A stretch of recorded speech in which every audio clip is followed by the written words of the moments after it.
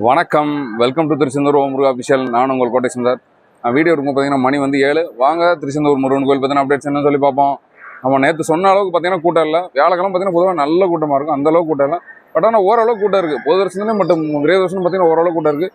So சுற்றி உள்ள மாவட்டங்களாக தரிசனம் பண்ண வரலாம், கண்டிப்பான முறையில் வந்து தரிசனம் பண்ண வரலாம்.